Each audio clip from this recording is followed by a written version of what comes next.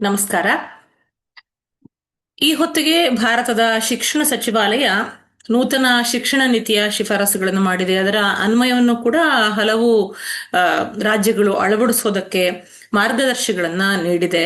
ಹಾಗೆಯೇ ಭಾರತೀಯ ಜ್ಞಾನ ಪರಂಪರೆ IKS ಅನ್ನೋದಕ್ಕೆ ಸೇರಿದಂತಹ ಅನೇಕ ಕಲಿಕೆಗಳ ಒಂದು ಕೋರ್ಸ್ಗಳನ್ನ, ಎಲೆಕ್ಟಿವ್ಸ್ಗಳನ್ನ ರೂಪಿಸ್ಕೊಂಡು ಬರ್ತಾ ಇದೆ. ಆದ್ರೆ ಇದೆಲ್ಲದಕ್ಕೂ ಮುಂಚೆ ಬಹುಶಃ ನಾನು ಇದನ್ನ ಹೇಳೋದಿದೆ, ಎಷ್ಟೋ IKS ಪರಿಣತರಲ್ಲಿ ಹೇಳುವಂಥದ್ದು ಇದು. ಧರ್ಮಸ್ಥಳದ ಶಿಕ್ಷಣ ಸಂಸ್ಥೆಗಳು ಇಂತಹ ಭಾರತೀಯ ಜ್ಞಾನ ಪರಂಪರೆಗೆ ಸೇರಿದಂತಹ ಅದೆಷ್ಟೋ ವಿಷಯಗಳನ್ನ ಎಷ್ಟೋ ದಶಕಗಳಿಗೂ ಮೊದಲಿಂದಲೇ ಕೂಡ ನಡೆಸ್ಕೊಂಡು ಬರ್ತಾ ಇದೆ ಅಂತ ಹೇಳಿ. ಇದು ನನ್ನ ಗಮನಕ್ಕೆ ಹೇಗೆ ಬಂದಿದೆ ಅಂತಂದ್ರೆ, ನಾನು ಕೂಡ SDM ವಿದ್ಯಾರ್ಥಿ. ಪದವಿ ವಿದ್ಯಾಭ್ಯಾಸವನ್ನ ಉಜಿರೆಯ ಶ್ರೀ ಧರ್ಮಸ್ಥಳ ಮಂಜುನಾಥೇಶ್ವರ ಕಾಲೇಜಿನಲ್ಲಿ ಕೈಗೊಂಡಿದ್ದೆ. ಹಾಗಾಗಿ ನನಗೆ ಅಲ್ಲಿನ ಒಂದು ಒಟ್ಟು ಶಿಕ್ಷಣದ ವ್ಯವಸ್ಥೆಯನ್ನು ಅವರು ಹೇಗೆ ರೂಪಿಸ್ಕೊಂಡಿದ್ದಾರೆ ಅನ್ನೋದರ ಸಂಪೂರ್ಣವಾದಂತಹ ಪರಿಚಯ ಇದೆ. ಹಾಗೆ ಅದರ ಪ್ರಯೋಜನವನ್ನು ಕೂಡ ಉಂಡಿದ್ದೇನೆ. ನೂಪುರ ಭ್ರಮರಿ ಎನ್ನುವಂತಹ IKS ಸೆಂಟರ್ನ ಪ್ರಾರಂಭದ ಒಂದು ಒಂದು ಏನು ಬೀಜ ಏನಿದೆ, ಅದು ಬಹುಶಃ ಇಂತಹ ಒಂದು ಶಿಕ್ಷಣ ವ್ಯವಸ್ಥೆಯನ್ನ ಗಮನಿಸ್ಕೊಂಡೆ ನನ್ನಲ್ಲಿ ಮೂಡಿದೆ ಅಂತಂದ್ರೆ ಅದು ಖಂಡಿತವಾಗ್ಲೂ ಅತಿಶಯ ಅಲ್ಲ. ಯಾಕೆ ಅಂತಂದ್ರೆ ಒಂದು ಪದವಿ ಅಂತಂದ್ರೆ ಬರೀ ನಮ್ಮ ಒಂದು ಮಾಮೂಲಿ ಆಗಿರುವ ನಾವೇನನ್ನ ಆಯ್ಕೆ ಮಾಡ್ಕೊಂಡಿರ್ತೀವೋ ಆ ಆಪ್ಷನಲ್ ಸಬ್ಜೆಕ್ಟ್ಸ್ ಗಳನ್ನ ಓದೋದಷ್ಟೇ ಅಲ್ಲದೇನೆ ಇನ್ನೊಂದಷ್ಟು ನಮ್ಮ ಭಾರತೀಯ ಪರಂಪರೆಗೆ, ಕಲೆಗೆ ಸಂಬಂಧಪಟ್ಟ ಹಾಗೆ ಜೀವನೋಪಯೋಗಿ ಆದಂತಹ ಎಷ್ಟೋ ವಿಷಯಗಳನ್ನ ಧರ್ಮಸ್ಥಳದ ಶಿಕ್ಷಣ ಸಂಸ್ಥೆಗಳು ಮಾಡ್ಕೊಂಡು ಬಂದಿದೆ. ಇದು SDM ಉಜಿರೆಗೆ ಮಾತ್ರ ಸೀಮಿತವಾಗಿಲ್ಲ. SDM ಇಂದ ಅಂದ್ರೆ ಧರ್ಮಸ್ಥಳದಿಂದ ಪ್ರಾಯೋಜಿಸಲ್ಪಟ್ಟ ಅದೆಷ್ಟೋ ಶಿಕ್ಷಣ ಸಂಸ್ಥೆಗಳಲ್ಲೂ ಕೂಡ ನಾವು ಇದನ್ನ ಕಾಣಬಹುದು. ನಾನು ಹಾಗಾಗಿ ಈ ಹೊತ್ತಿಗೆ ಒಂದು ನೃತ್ಯದಲ್ಲೋ ಯಕ್ಷಗಾನ ಅಂದ್ರೆ ಕಲೆಗೆ ಸಂಬಂಧಪಟ್ಟ ಹಾಗೆ ಸಂಶೋಧನೆಯನ್ನ ನಾನು ಒಂದು ಪ್ರಧಾನವಾದ ನನ್ನ ಜೀವನದ ಒಂದು ಗುರಿಯಾಗಿ ನಾನು ಕಂಡುಕೊಳ್ಬೇಕು ಅಂತಂದ್ರೆ ಅದಕ್ಕೆ ನನಗೆ ಮೂಲ ಪ್ರೇರಣೆ ಸಿಕ್ಕಿರೋದೇ ಧರ್ಮಸ್ಥಳದಲ್ಲಿ ನಾನು ಯಕ್ಷಗಾನವನ್ನು ಕಲ್ತಿದ್ದು. ಧರ್ಮಸ್ಥಳದ ಒಂದು ಕಾಲೇಜಿನ ಪರಿಸರದಲ್ಲಿ ನಾನು ಎಷ್ಟೋ ಯಕ್ಷಗಾನದ ಕಾರ್ಯಕ್ರಮಗಳನ್ನ ನೀಡಿದ್ದೇನೆ. ಹಾಗೆಯೇ ಅಲ್ಲಿನ ಒಂದು ವ್ಯವಸ್ಥೆ ಒಳಗಡೆ ನಾನು ಜ್ಯೋತಿಷ್ಯವನ್ನ ಕಲ್ತಿದ್ದೇನೆ. NSS ನಲ್ಲಿ ಪಾಲ್ಗೊಂಡಿದ್ದೆ. ಇನ್ನೂ ಹಲವು ಚಟುವಟಿಕೆಗಳು ಅಲ್ಲಿದ್ವು. ಉದಾಹರಣೆಗೆ ಹೇಳಬೇಕು ಅಂದ್ರೆ ಆಗಿನ ಕಾಲಕ್ಕೇನೆ ನಮ್ಗೆ ಕೃಷಿ, ತೋಟಗಾರಿಕೆ ಆಗಿರ್ಲಿ, ಯೋಗ ಆಗಿರ್ಲಿ, ನಾಯಕತ್ವ, ಸಮಯ ಪಾಲನೆ, ಒಂದು ಸ್ವಾವಲಂಬಿ ಜೀವನಕ್ಕೆ ಏನೆಲ್ಲ ಬೇಕೋ ಅದೆಲ್ಲವನ್ನೂ ಕೂಡ ಆ ಶಿಕ್ಷಣ ಸಂಸ್ಥೆ ಧರ್ಮಸ್ಥಳದ್ದು ಎಷ್ಟರ ಮಟ್ಟಿಗೆ ನಮ್ಮಲ್ಲಿ ಒಂದು ಪದವಿ ವಿದ್ಯಾಭ್ಯಾಸದ ಒಟ್ಟಿಗೆ ಕಲಿಸ್ಕೊಟ್ಟಿದೆ ಅಂತಂದ್ರೆ, ಅದೇ ಹೇಳದ್ನಲ್ಲ, ಈಗ ನಾವು IKS ಅಥವಾ ಒಂದು ನೂತನ ಶಿಕ್ಷಣ ನೀತಿಯ ಒಂದು ಅಡಿಯಲ್ಲಿ ಈಗ ಅದನ್ನೆಲ್ಲ ಕೈಗೊಳ್ಳಬೇಕು ಅನ್ನುವಂತಹ ಒಂದು ಒತ್ತಾಸೆ ಭಾರತೀಯ ಶಿಕ್ಷಣ ಸಚಿವಾಲಯದಿಂದ ಇದೆ, UGC ಯಿಂದ ಇದೆ. ಆದ್ರೆ ಇಂತಹ ಒಂದು ಪದ್ಧತಿಯನ್ನು ಸುಮಾರು ಒಂದು 1970-60ರಲ್ಲೇ ಒಂದು ಚಾಲ್ತಿಗೆ ತಂದಿರುವಂತಹ ಭಾರತದ ಏಕೈಕ ಶಿಕ್ಷಣ ಸಂಸ್ಥೆ ಅಂತಂದ್ರೆ ಅದು ಧರ್ಮಸ್ಥಳದ ಈ ಉಜಿರೆಯ ಕಾಲೇಜುಗಳು, ಹಾಗೆ ಇನ್ನಿತರ ಕಾಲೇಜುಗಳನ್ನ ನಾವು ಗಮನಿಸಬಹುದು. ಅಲ್ಲಿ ಅಂತಲ್ಲ, ರತ್ನಮಾನಸದಲ್ಲೇ ಆಗಿರ್ಲಿ ಅಥವಾ ಸಿದ್ಧವಾದಂತಹ ಗುರುಕುಲಗಳೇ ಆಗಿರ್ಲಿ, ಹೈನುಗಾರಿಕೆಯನ್ನ, ಕೃಷಿಯನ್ನ, ತೋಟಗಾರಿಕೆಯನ್ನ, ಒಂದು ಸ್ವಾವಲಂಬಿಯಾದಂತಹ ಜೀವನದ ನಡವಳಿಕೆಯನ್ನ, ಇದನ್ನೆಲ್ಲವನ್ನು ಉಚಿತವಾಗಿ ಅಲ್ಲಿನ ವಿದ್ಯಾರ್ಥಿಗಳು ಪಡೆದುಕೊಂಡಿರೋದನ್ನ ಎಷ್ಟೋ ವಿದ್ಯಾರ್ಥಿಗಳಿದ್ದಾರೆ, ಅವರೆಲ್ಲರೂ ಕೂಡ ಇದನ್ನು ಅನುಮೋದಿಸ್ತಾರೆ. ಆ ಸಾಂಪ್ರದಾಯಿಕ ಶಿಕ್ಷಣ ಹಾಗೆಯೇ ಒಂದು ಈಗಿನ ಕಾಲಕ್ಕೆ ಬೇಕಾಗಿರುವಂತಹ ಆಧುನಿಕವಾದಂತಹ ಶಿಕ್ಷಣ ಎರಡನ್ನೂ ಕೂಡ ಕೊಟ್ಟು ಬದುಕಿಗೆ ಒಂದು ಅಡಿಪಾಯವನ್ನ ಹಾಕಿದ್ದು ಧರ್ಮಸ್ಥಳದ ಎಲ್ಲಾ ಶಿಕ್ಷಣ ಸಂಸ್ಥೆಗಳು ಅಂತ ಎಷ್ಟೋ ಜನರು ಕೂಡ ಒಪ್ಕೊಳ್ತಾರೆ. ಹೇಳಿದ ಹಾಗೇನೆ ನಾನು ಅಲ್ಲಿಂದ ತುಂಬಾ ವಿಷಯಗಳನ್ನ ಅರ್ಥಕೊಂಡಿದ್ದೇನೆ. ಮತ್ತು ಮುಖ್ಯವಾಗಿ ಒಂದು ಸಂಸ್ಥೆಯನ್ನು ಹೇಗೆ ನಡೆಸಬೇಕು, ಸಂಸ್ಥೆಯ ಮೂಲಕವಾಗಿ ಎಷ್ಟರ ಮಟ್ಟಿಗೆ ನಾವು ಒಂದು ಸಮಾಜಮುಖಿಯಾದಂತಹ ಕಾರ್ಯಕ್ರಮಗಳಲ್ಲಿ ತೊಡಗಿಕೊಳ್ಬಹುದು, ಪುಸ್ತಕ ಪ್ರಕಟಣೆಗಳನ್ನ ಎಷ್ಟು ಒಂದು ಸಮರ್ಥವಾಗಿ ಮಾಡಬಹುದು, ಇದನ್ನೆಲ್ಲವನ್ನೂ ಕೂಡ ನನಗೆ ಆ ಕಾಲೇಜು ಕಲಿಸ್ಕೊಟ್ಟಿದೆ.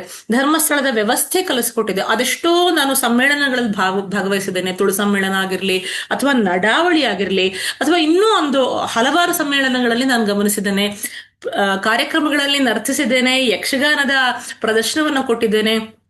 ಹಾಗೇನೆ ಸಂಶೋಧನೆಗೂ ಕೂಡ ಈ ಹೊತ್ತಿಗೂ ಕೂಡ ಏನಾದ್ರೂ ಬೇಕು, ಇಂತಹ ಹಸ್ತಪ್ರತಿ ಬೇಕು, ಇಂತಹ ಒಂದು ಕಡತ ಬೇಕು ಅಂತಂದ್ರೆ ನಮಗೆ ಆಕರವಾಗಿ ಸಹಕಾರವಾಗಿ ಧರ್ಮಸ್ಥಳದ ಎಲ್ಲ ಬೋಧಕ ಮತ್ತು ಬೋಧಕೇತರ ಸಿಬ್ಬಂದಿಗಳು ನಮ್ಗೆ ಸಹಾಯವನ್ನ ಮಾಡಿಕೊಂಡೇ ಬಂದಿದ್ದಾರೆ. ಒಟ್ಟಿನಲ್ಲಿ ನಮ್ಮ ಒಳಗಡೆ ಒಂದು ಪ್ರಗತಿಶೀಲವಾದಂತಹ ಹೊಸ ಬಗೆಯ ಹಾಗೆಯೇ ಸಾಂಪ್ರದಾಯಿಕವಾದಂತಹ ಒಂದು ಚಿಂತನೆ ಈ ಹೊತ್ತಿಗೆ ಮೂಡಿದೆ ಅಂತಂದ್ರೆ ಅದರಲ್ಲಿ ಧರ್ಮಸ್ಥಳದ ಒಂದು ಪಾತ್ರ ತುಂಬಾ ದೊಡ್ಡದಾಗಿದೆ. ಮತ್ತು ಸ್ವಉದ್ಯೋಗಕ್ಕೆ ಸಂಬಂಧಿಸಿದ ಹಾಗೆ ಬಹಳಷ್ಟು ಕೋರ್ಸ್ಗಳನ್ನು ಕೂಡ ಉಚಿತವಾಗಿಯೇ ಈವರೆಗೂ ಕೂಡ ನಡೆಸ್ಕೊಂಡು ಬಂದಿದೆ. ವಿದ್ಯಾರ್ಥಿಗಳ ಕೌಶಲ್ಯ ವೃದ್ಧಿಗೆ ಸಹಕಾರವನ್ನು ಮಾಡಿದೆ. ಯಾವತ್ತಿಗೂ ಕೂಡ ಒಂದು ಪ್ರಚಾರದ ಹಂಬಲಕ್ಕೋ ಅಥವಾ ಒಂದು ಹೆಚ್ಚಿನ ಒಂದು ಸ್ಥಾನಮಾನದ ಆಶೆಗೂ ಆ ಸಂಸ್ಥೆಗಳು ದುಡ್ದೇ ಇಲ್ಲ. ಒಂದು ವಿದ್ಯಾರ್ಥಿಯ ಸರ್ವಾಂಗೀಣ ಅಭಿವೃದ್ಧಿಗೆ ದುಡಿದಿದೆ. ಆ ದೃಷ್ಟಿಯಿಂದಲೇ ನನಗೆ ಈ ಹೊತ್ತಿಗೂ ಕೂಡ ನಾನು ನಡೆಸುವಂತಹ ಸಂಸ್ಥೆನಲ್ಲೂ ಕೂಡ ಎಲ್ಲರನ್ನು ಒಡಗೂಡಿಕೊಂಡು ಒಟ್ಟಿಗೆ ಮುನ್ನಡಿಬೇಕು. ಸಮಾಜದ ಸ್ವಾಸ್ಥ್ಯಕ್ಕೆ ನಮ್ಮ ವೈಯಕ್ತಿಕವಾದಂತಹ ಒಂದು ಉದ್ದೇಶಗಳು ಅಥವಾ ನಮ್ಮ ಹವ್ಯಾಸಗಳೇ ಆಗಿರ್ಲಿ, ನಮ್ಮ ಅಧ್ಯಯನಗಳೇ ಆಗಲಿ ಪೂರಕವಾಗಿರ್ಬೇಕು. ಉಭಯ ಒಂದು ಮನಸ್ಥಿತಿಗೂ ಕೂಡ ಒಂದು ಕೊಡುಗೆಯನ್ನು ಕೊಡಬೇಕು ನನಗೆ ಈ ಹೊತ್ತಿಗೂ ಕೂಡ ತುಂಬಾ ಅನಿಸೋದಕ್ಕೆ ಮುಖ್ಯ ಕಾರಣವೇ ಧರ್ಮಸ್ಥಳದ ಶಿಕ್ಷಣ ಸಂಸ್ಥೆಗಳು.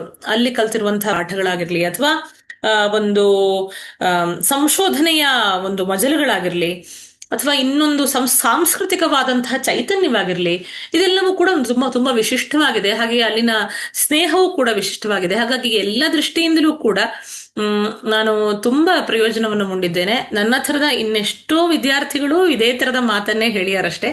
ಯಾಕೆಂತಂದ್ರೆ ಅಲ್ಲಿನ ವ್ಯವಸ್ಥೆ ಹಾಗಿದೆ.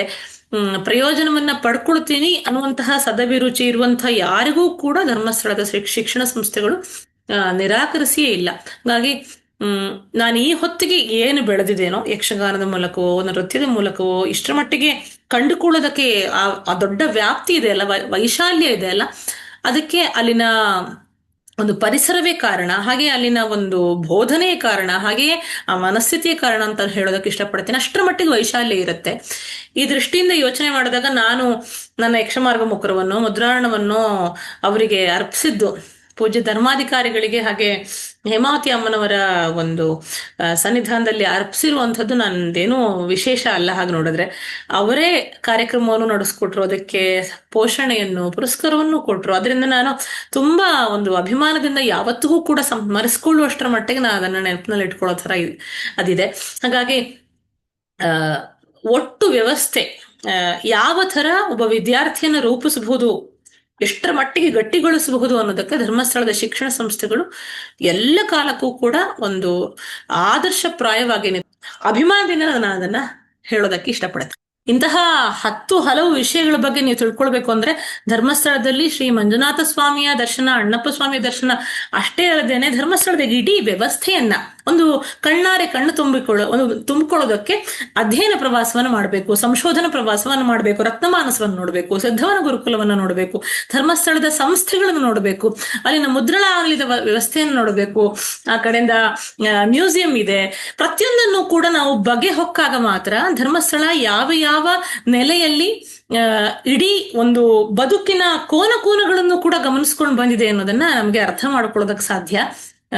ಹಾಗಾಗಿ ನಮ್ಮ ಪ್ರಯತ್ನ ಆ ಕಡೆಗೆ ಇರ್ಲಿ ಅಂತ ನಾನು ನಂಬ್ತೀನಿ.